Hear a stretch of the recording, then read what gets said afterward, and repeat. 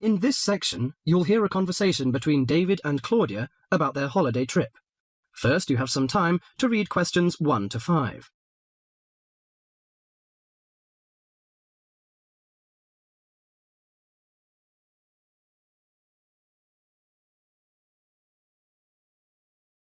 Now listen to the conversation and answer questions 1 to 5. Well, Claudia, our first semester at university is almost over. Oh, I can't wait for the holidays. Oh, me too. Why don't we go somewhere far away and forget about lectures and essays and all that hard work? Sounds good to me. How about if we go to the coast? It would be great to do some swimming and surfing. The coast would be good, but let's look at our other options. There are the mountains. They're nice and cool at this time of year. There's also the desert, which I really enjoyed last year. Well, what about going to Sydney? I've never been there, and they say it's a great city to visit. Well, I agree. Sydney would be good, but there are too many tourists there at this time of year, and I'd rather get away from buildings and cars. I vote for the mountains. All right, then, let's do that. Now, we have to decide where we're going to stay and how we're going to get there. Any suggestions? Well, for places to stay, there are the usual places, motels, hotels, and youth hostels. We can go camping too. I'm afraid I'm not a very good camper. I tend to feel a bit frightened sleeping outdoors. All right, we'll forget about camping. So, what do you prefer? Well, since neither of us has a lot of money, I don't think a hotel or motel would be possible. How about a youth hostel? Oh, I'd rather not go to a youth hostel. They're cramped and noisy, and the person in the bed next to you might be a snorer. No, I think we should find a small holiday house to rent, and if we get a few more friends to join us, it will be really cheap. Okay. You know, it's the first time for me to travel to the mountains. What do you suggest to take? Mosquito net, I guess. Mosquito net is useful, but I don't want to add more weight to our luggage. So the insect repellent can do, I think. Besides, aspirins are necessary and some cold cure, in case we feel sick or something like this. Do you think we need binoculars and a camera? Well, it would be a good idea to take binoculars. As to a camera, I'm not very for it. I'd rather record the scenes in my mind. You're right. What about the money? How much do you think is enough, and how we should take it? I've learned from a friend about the cost. He told me that they spent about $480 for 1 week's tour, so I think $500 would be enough. We may need over $300 for the house. Have you got any traveller's checks? No, I haven't, but I've got a credit card and a saving card. Then take the credit cards with us. It would be more convenient to pay the house fees with a credit card.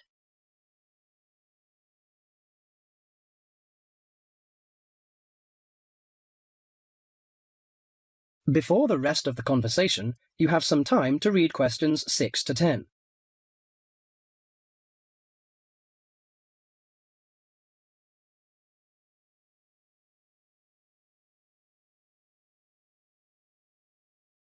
Now listen carefully to the rest of the conversation and answer questions 6 to 10. Oh, I nearly forgot the date. How long will we have before we have to be back here on campus? Under a week, I think. We'll leave on the 14th of April and come back on the 21st, because you know we'll start to study on the 22nd. Do you know the definite locations of some holiday houses? I suppose it would be nice if we book in advance. Yes. Look at this brochure here. It says that there are several holiday houses near the mountains. I prefer the one near the woods. It's situated right across the road from the rainforest park. That sounds good. We can easily go to the rainforest park then. Do you know what else we can do there besides visiting the park? I know that many people go there for bushwalking, but you need a good pair of walking boots, of course. Are there any dangers in the bushes? Oh, I'm a little frightened. In fact, there's no need to be nervous of the bushes, provided that you treat it with respect and common sense. Most of the animals and wildlife are gentle and harmless. There are venomous snakes to be aware of, but really they're much more frightened of you than you are of them. The other thing is that certain plants can cause irritation if you touch them with bare skin. I see. Well, I can't wait for the coming holiday. That is the end of section 1. You now have half a minute to check your answers.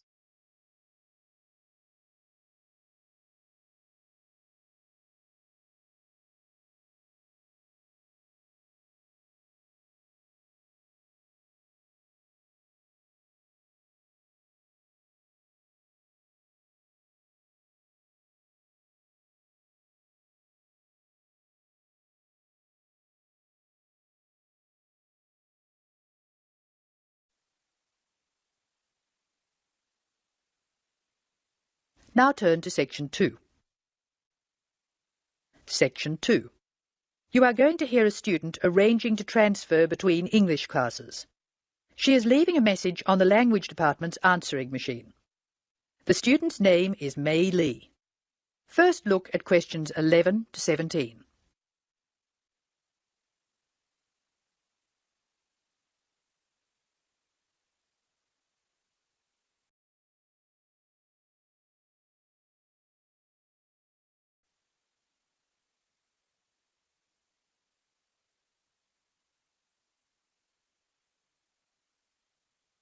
As you listen to the first part of the talk, answer questions 11 to 17. Hello, this is May Lee speaking. This message is for Mrs. Brooks in Student Affairs. Mrs. Brooks, I telephoned you last week and you told me to call back and put the details of my request to transfer on the answering machine. I hope you can hear me easily. I have the form here and I'll give you the information working from the top to the bottom. As you know, my family name is Lee, spelled L-E-E, and my first name is May.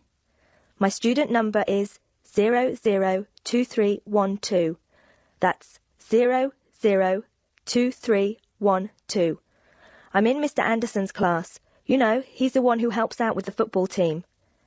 The next part of the form asks for my address. I'll give it slowly. I live at flat 5, 10 University Avenue. You probably know the building. It's just near the engineering school. The telephone number is 818-6074, and I share it with a lot of other people, so it's often engaged. I'll give it to you again. 818-6074. I think that's all I have to put on this part of the form. I know you were curious about my reason for requesting a transfer, so I'll explain that next. Before you hear the rest of the talk, you have some time to look at questions 18 to 20.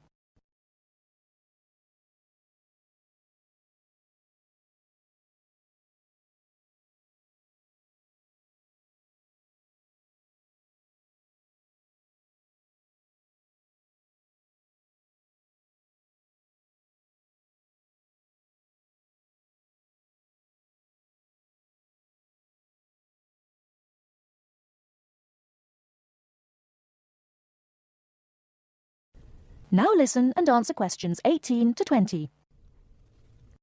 Now I'll tell you why I want to transfer between classes. Mrs. Brooks, I really like my teacher and my classmates, but I find it very hard not to speak in my own language. I just begin to think in English when the class ends. And I'm surrounded by other people from my country, so it's natural that we all speak in our mother tongue. I have been looking around for a class where there are very few other people from my country, so I'll be forced to use English. The best class I can find is the evening class, which begins at 6 p.m. Most of the students in that class come from countries which speak Spanish, and I can't speak a word, so I must use English. I have an Italian friend in the class, and she tells me there are 2 Hong Kong Chinese, 6 Spanish speakers, and 1 Japanese student. She says most people speak English at the break, although sometimes the Spanish slip into their own language. I checked the class list, and 2 students have dropped out of the evening class, so there should be room for me. Could you please see if I can join the class? I'm not sure what the class number is, but the evening class I want is in room 305 of the Trotter Building. The class I'm in now is next door to the Trotter Building, in Prince Tower, so it's very easy for me to find my way to the new class. I'm not going home until late today, so could you please leave a message for me at my friend Margaret's house? Her number is 812-7543, and she has an answering machine. I do hope you can transfer me, Mrs. Brooks. If there is any more information you need, please call me. Thank you very much. That is the end of section 2. You will now have some time to check your answers.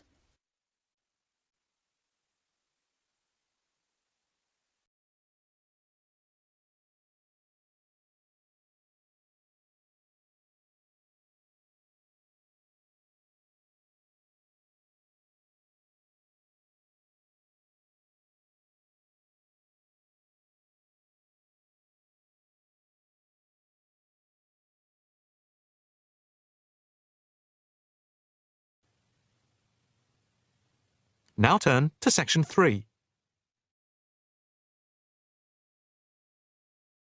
Section 3. You will hear a female and a male student talking about the mock exams that they have just taken. First, you have some time to look at questions 21 to 25.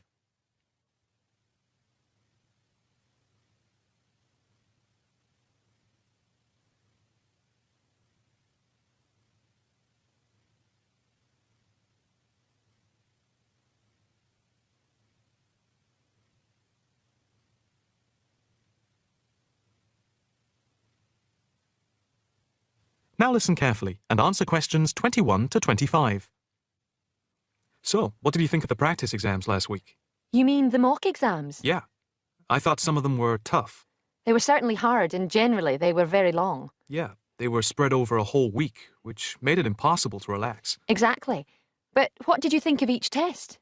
Of the 7 exams we did, the least enjoyable for me were the 2 3-hour essay papers. Why didn't you like the essay papers? I'm not particularly good at writing things down like that in a short space of time. And I don't think it's a good way of testing our theoretical knowledge of medicine.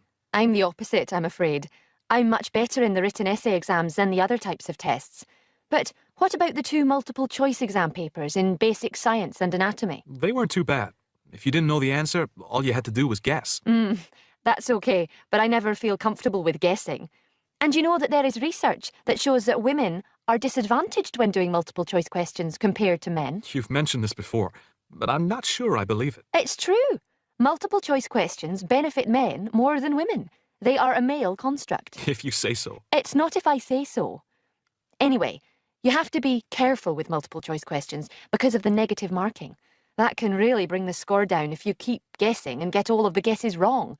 It's double negative. Yeah, that is a danger. What about the role play? Did you like that? Yeah, with the actors and actresses as simulated patients. Yeah, I thought that was by far the best part of the exam. Why was that? What I liked about it was during the 24 test stations, we had a chance to show what we know about communicating with patients and show our practical medical knowledge, etc. Yes, I think I agree with you there. I enjoyed all of the stations, but I can tell you I was tired at the end. I have done a practice exam with 12 test stations, but not 24. It was exhausting, but also exhilarating. I agree completely. It lasted nearly 4 hours in total with the break. Before you hear the rest of the conversation, you have some time to look at questions 26 to 30.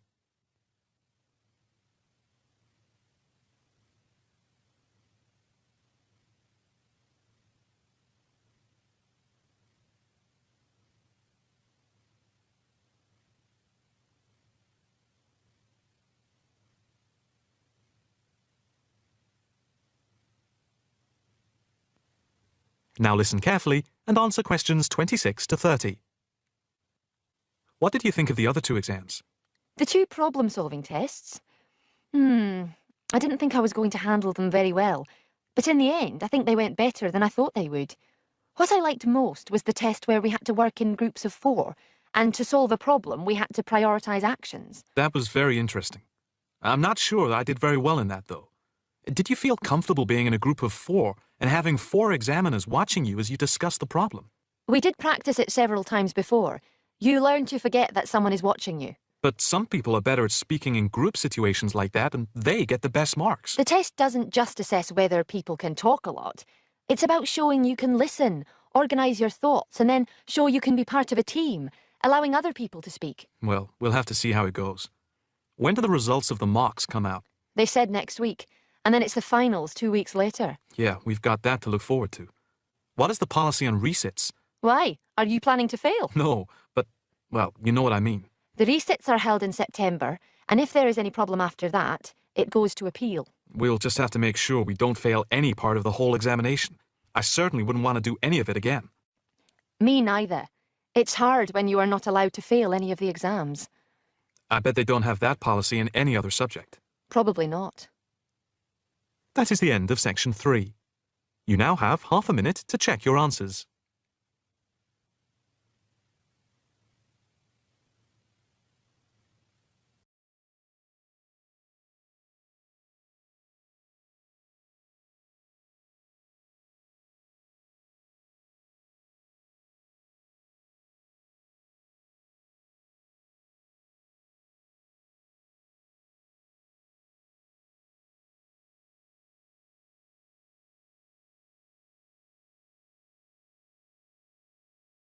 Section 4.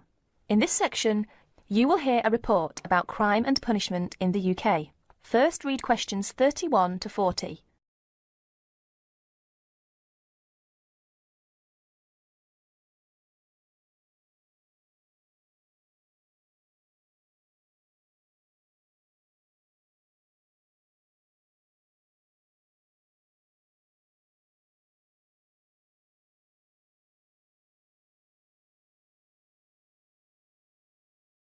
Listen to the report and answer questions 31 to 40. Like many other countries, Britain has experienced a great increase in criminal activity of nearly every kind. Nearly 5 times as many acts of violence were reported to the police in 1997 as 20 years before. Although most burglars are not caught, those who are caught overload the courts and prisons. Although the courts try, in theory at least, to use probation, community service, and other devices to avoid sentencing people to prison. The 50,000 people in prison are more in proportion to the population than in any other Western European countries. Vast sums are being spent on building new prisons, but the prisons are still overcrowded, and the humiliation suffered by their inmates makes rehabilitation difficult. Many prisoners are released early on parole. The prisons in England are run by the Home Office, though each prison has a local board of visitors who make reports about conditions and also deal with serious bad behaviour. Normally, prisoners are released after serving 2/3 or less of the time for which they were sentenced. But an offence in prison may be punished by the loss of some days of remission. There are several kinds of prisons, including open ones, and some prisoners go out to work in groups outside. Prisoners who want to study for examinations are helped to do so, and there are training courses in prisons. But in practice, some spend little time outside their cells. Most crime is committed by young males, and is opportunist and is not planned by hardened professional criminals, although these do exist in most common people's view. Crime tends to be concentrated in large cities and urban areas. About 94% of offences recorded by the police in England and Wales are directed against property, but only 5% involve violence. Rising affluence has provided more opportunities for casual property crime. In 1977, for example, car crime was only 1/10 of total crime, but this has risen to about 28%. The demand for and supply of illegal drugs had been an increasing factor in the incidence of crime in recent years. Regular crime surveys are undertaken in England and Wales, Scotland and in Northern Ireland. In 1999, a survey in England and Wales asked respondents for information about how crime had affected them in 1998. It estimated a total of 15 million crimes in 1998, the majority of which were against property. Violent crime accounted for only 5% of the total, while 36% involved vehicles, 9% were burglaries, and 30% other forms of theft. These surveys, the 5th of which is in progress, indicate that many crimes go unrecorded by the police, mainly because not all victims report them. That is the end of Section 4. You will have half a minute to check your answers.